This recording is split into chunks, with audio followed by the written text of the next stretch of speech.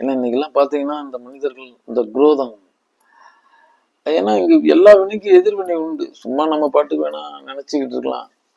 இங்க களம் எப்படின்னா கணக்கு கூடுதல் ஆயிடுச்சு. முற்பகல் பிற்பகல் இங்கேயே கொண்டு வந்துட்டான் எல்லாத்தையும். சொர்க்கம் நரகம் சகம் சகலத்தையும் ஒரு இடத்துல வச்சாச்சு. இங்க முற்பகலப்பா, அங்க பிற்பகலில் அறுவடை செய்யப்படும். அப்ப நம்ம நன்று நிலைப்பாட்டுல இருப்போம். நமக்கு சிலர் தீயது நினைச்சிருப்பாங்க, அல்லது அதற்கான முயற்சிகள் இருந்திருப்பாங்க, அல்லது திட்டமிட்டு நம்மளை துன்பப்படுத்தியிருப்பாங்க சொல்லால செயலால புறங்கூறலினால. அதற்கு ஒரு எதிர்வினை நடக்கும். எதிர்வினை நடக்கும் பொழுது அவர்களும் துன்பப்படுவாங்க, அவர்களும் வலியோடு இருப்பார்கள். ஏன்னா தப்பிச்செல்லாம் போயிட முடியாது. ஏன்னா நம்ம உடலில் தான் வைக்கப்பட்டிருக்கோம். ஆமா, அதை என்னைக்கு மறந்துடக்கூடாது. ஆமா, அப்ப அந்த அவர்களின் வலியையும் காயத்தையும் கூட நீங்கள் விரும்பி விடாதீர்கள். அவர் துன்பப்பட்டால் நீங்கள் துன்பப்படுங்கள். அவருக்கு வலித்திருந்தாலும் உங்களுக்கு வலித்திருக்கட்டும். அப்படி விகாரமா அவர்கள் செய்யும் போது கூட அறியாமையில நம்ம செய்யறது என்னன்னு தெரியாம செஞ்சுக்கிட்டு இருக்கோம். அவங்கள்ட்ட போயிட்டு என்னத்தை போய் சொல்றது? ஏன்னா இந்த களத்துல வேற போதிக்கப்பட்டிருக்கு. இந்த களம் எல்லாத்தையும் வச்சிருக்கிறத தவிர இதுதான் வழின்னு வைக்கல. அதான் இங்க காலங்காலமா இருக்கிறது. நீயே முயற்சி பண்ணு, நீயே பயணி, நீயே முடி அப்படின்னா இருக்கிறதுனால நமக்கு இதுதான் பாதுன்னு சொல்லப்படுறது இல்லை. அதனாலதான் பாருங்களேன், ஒவ்வொரு மனுஷனுக்கும் இது ஒரு சவாலுடைய களம் தான் சொல்றேன். ஒரு மனிதனை திட்டமிட்டு முதலிலிருந்து முடிவு வரை அழைத்து சென்று விடவே முடியாதது. சகலருக்கும் சமமான வாய்ப்பு இந்த உலகம் தருது. அந்த சமமான வாய்ப்பு என்ன அப்படின்னா, இங்க லோகம் மொத்தமும் இருட்டடிப்பு செய்யப்பட்டிருக்கிறது. இங்க உண்மை என்னன்னு தெரியாது, பொய் என்னன்னு தெரியாது. உண்மையும் பிரசங்கம் செய்யப்படும், ஆனா அது ஒரு சிலரால செய்யப்படும். பொய்யும் பெருசா பேசப்படும், பெரிய கூட்டத்தோடு பெரிய செல்வத்தோட வச்சுக்கிட்டு அவங்க அதற்காக பேசப்பட்டு இருக்கோம். ஆனா இது ரெண்டும் பேசப்பட்டு இருக்கும், எங்கோ இருக்கும் ஒன்று. என் குரு அம்மா சொல்லுவான், குமரா, இயற்கை வைரத்தை விட செயற்கை வைரம் அற்புதமாக மின்னுகிறதா. அங்க 6 மாதத்துல அது கதை முடிந்து விடும். அப்ப இந்த வைரன்றது செயற்கை வைரத்தோட ஒன்றும் சிறப்பா இருக்காது, ஆனா அது அப்படியே இருக்கும். அப்படிதான் குமரா. அதனால பொய்மை பூரித்து இருக்கும், புதைஞ்சு போயிடும். மெய்மை சற்று உள் வாங்கிதான் இருக்கும், ஆனா நீடித்து இருக்கும். இவ்வளவுதான் இந்த வாழ்வியல் தர்மம். அப்ப நம்ம மாயை வயப்படக்கூடாதுன்னு சொல்லுவாங்களே, மீண்டெடுத்துக் கொள்ளுங்கள், மீட்டெடுத்துக் கொள்ளுங்கள், மீண்டு விடுங்கள். இந்த உலகம் எல்லாம் ஒவ்வொரு நமக்குள்ளார குரோதத்தின் பக்கங்களை, விரோதத்தின் பக்கங்களை, துரோகத்தின் பக்கங்களை வருடி விடும். ஏன்னா அவர்கள் அப்பக்குவிகளா இருக்கிறார்கள், பக்குவம் இல்லாதவர்களா இருக்காங்க. உங்களுடைய ஆள் மனதை புரிஞ்சுக்கிட்டா அவங்க உங்களை உணர்வாங்க. ஆனா அவங்க தன்னையே புரிஞ்சுக்கல, உன்னை எப்படி புரிஞ்சுக்காங்க? அவர்களுக்காகவும் இறைவனிடம் ஒரு பிரார்த்தனை செய்துட்டு விலகுங்கள். என்ன இருக்கு நம்ம கையில? மனம் படைத்தவர்களாக இருக்கிறோம். இங்கு இதம் செய்ய இதயத்தோடு வந்திருப்பவர்களாக இருக்கிறோம். அப்ப அதனால நம்ம இயன்றதை இந்த கர்மத்தை செய்துதான் தீர வேண்டும்.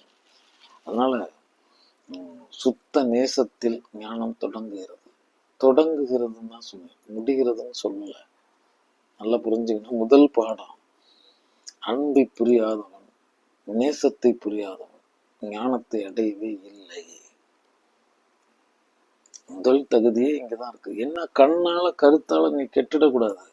நீ பாட்டுக்கு பெரிய பாடம் படிச்சுக்கிட்டு இருப்ப, இங்க விரோதர்களையும் துரோகர்களையும் இந்த பழிபாவம் செய்பவர்களையும் அல்லது பழிப்பவர்களையும் தூற்றுபவர்களையும் உள்ளொன்று வைத்து புறமொன்று பேசுபவர்களையும் கண்டு உன்னுடைய கல்வியை பூரா விரையும் செய்திருந்த. அப்ப இதை நம்ம கடக்க வேண்டியவர்களா இருக்கும். ஒரு விமர்சனம் பண்றாங்க, தூற்றுறாங்க அப்படின்னா அதற்கு இணையா அவங்களை காணணும்ன்றதெல்லாம் இல்ல. நேசமாய் காணுங்கள். அவனுக்கு புரிய வைக்கவே முடியாது. அவன் ஒரு முடிவோட இங்க வந்திருக்கவன், உன்னை வேறொரு கோணத்திலேயே கருதி இருப்பவன். அவன் நீ என்ன சொன்னாலும் புரியாதுன்னு சொல்றான். அவன் தயாரா இல்லை.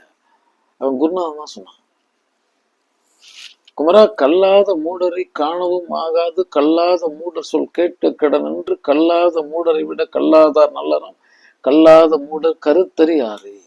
கல்லாத மூடன் கருத்தறியான். அவன் ஒரு முடிவோடையே வந்திருக்கவன், உன் பாதையை சிதைக்கணுங்கிறதுக்காகவே வந்திருக்கவன். அவனுக்கு புரியல, அதை அவனுக்கு நம்ம புரிய வைக்கவும் முடியாது. காலம், இந்த அண்டம் எப்படி சரிபகுதி இருளாலும் பிரகாசத்தாலும் சூழப்பட்டு இருக்கிறது, இந்த நிலை மாறுறதே கிடையாது. எப்பொழுதுமே பாதி இருளோடையும் பாதி பகலோடையும் தான் இருக்கும்.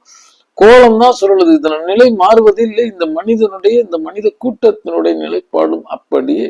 அதுவும் அவன் திட்டமே கான் குமரா. இறைவனோட திட்டமே சொல்றார். அந்த முள் வைக்கப்பட்டு இருக்கிறது அங்கு ரோஜா செடிகள், சில மலர்கள். அதாவது பாதுகாப்புக்குன்னு கூட நினைச்சுக்கலாம். அதை எச்சரிக்கையா பறிக்கணுங்கிறது கூட இருக்கலாம். அப்ப இங்க உண்மையின் பாதையும் பயணமும் அப்படித்தான் இருக்கு. இங்க யாருக்கும் நம்ம சொல்லி புரிய வைக்க முடியாது, வேண்டியதில்லை. செய்ய தெரிந்தவன் செய்கிறான், செய்ய தெரியாதவன் போதிக்கிறான். நடக்க தெரிந்தவன் நடக்கிறான், நடக்க தெரியாதவன் பிறர் நடத்தையை குறை கூறுகிறான். அவ்வளவுதான். குமரா, இங்க நியாயம் கேட்காதே, நியாயம் சொல்லாதே, நியாயம் செய். அவ்வாறு நீ நியாயம் கேட்டால் அநியாயமாக அநியாயத்தினால் தண்டிக்கப்படுவார் சொல்றார் குருநாதர். ஆழ்ந்து சிந்திச்சு பார்த்தா உண்மையா இருக்கு. நியாயம் சொல்லிட்டோம்னா யாரா நீ சொல்றதுக்கு, நீ யாரா எனக்கு சொல்றதுக்கு? ஏன்னா அவன் நான்ற மதம் பிடிச்சு வந்திருக்கான், வெறி பிடிச்சு வந்திருக்கான், ஆணவத்தினுடைய எல்லையில நிலை நின்று இருக்கான். அவன் சத்திய தர்மம் அறிய வந்திருக்கான். நம்ம மனம் கொண்டவர்கள், இங்கிதம் கொண்ட இதயம் கொண்டவர்கள், அறம் தான் நமக்கு வைக்கப்பட்டிருக்கின்ற கடவுள். அதனுடைய பாகங்கள் சத்தியம், தர்மம், இறையை தொழ வேண்டியதில்லை. அறத்தை உயிர் மூச்சாய் கொண்டிருப்போம். இங்க அரணை தள்ளி வைக்கிறான். ஏன்னா அரணே அற வடிவு, அதனாலதான் அரண் வச்சான். கர அற மகாதேவா இல்ல, அறம் தான் அரண். ஆமா, இது திரவ நிலையில், இது திட நிலையில், ஆனா ரெண்டு ஒன்று தாங்கிற மாதிரி தான் சொல்றேன். அப்ப இங்க அறம் தான் தனியா போதிக்கப்பட்டிருக்கு, வேற நமக்கு போதிக்கப்படவே இல்லை. அதனாலதான் சத்தியம் சிவம் சுந்தரம் சொன்னான். சத்தியத்தை தாண்டிட்டு வான். இன்னைக்கு இறையின் பெயரால் இங்க 1000 குளறுபடிகள். அதெல்லாம் ஒன்றுமில்லை என் செல்வங்களே. தன்னை அறியாதவன் இறையை புறத்தை தேடுகிறான். அதானே உண்மை. தனக்குள்ள நான் அதுதானே தெரியாம இருக்கிறவன் தான் தேடிட்டு இருக்கான். ஒரு சிங்கம் சிங்கத்தை தேடி சென்றது, ஆனால் அதை சுற்றி இருப்பதெல்லாம் பன்றிகள். சுத்தி இருக்கிறது பூரா பன்றிகள். ஆனா அது ஒரு சிங்கத்தை தேடிட்டு போகுது, தானும் சிங்கம் தான், தெரியல. அப்ப இந்த பன்றிகளை பார்த்து பார்த்து சிங்கம் இங்க இல்லைன்னு நினைக்குது. நீதான் அந்த சிங்கம். அங்க நீர்நிலைக்கு அருகாமையில் செல், உன் முகம் உனக்கு தெரியும். உன்னுடைய இந்த மனம் என்னும் நிலை கண்ணாடிக்கு உள்ள போ, உனக்கு சில உண்மைகள் புரியும். நீ அதுதான் புரியும். அது போல இங்க என்ன காரணத்திற்காக நான் யாரையும் வெறுத்து விடக்கூடாத நிலையில் இருப்பவன். அவர்களால் எனக்கு வீழ்ச்சியே அழிவே ஏற்பட்டாலும் அவர்களை துவேசிக்க கூடாத கட்டாயத்தில் இருப்பவன்.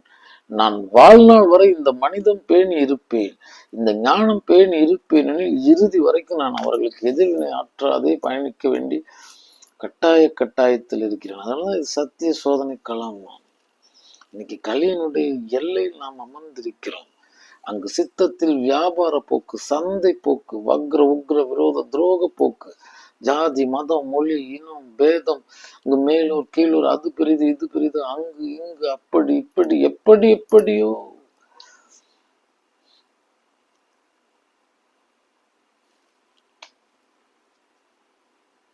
பிணக்குகளின் உலகமாய் போனது. அவ்வளவுதான்.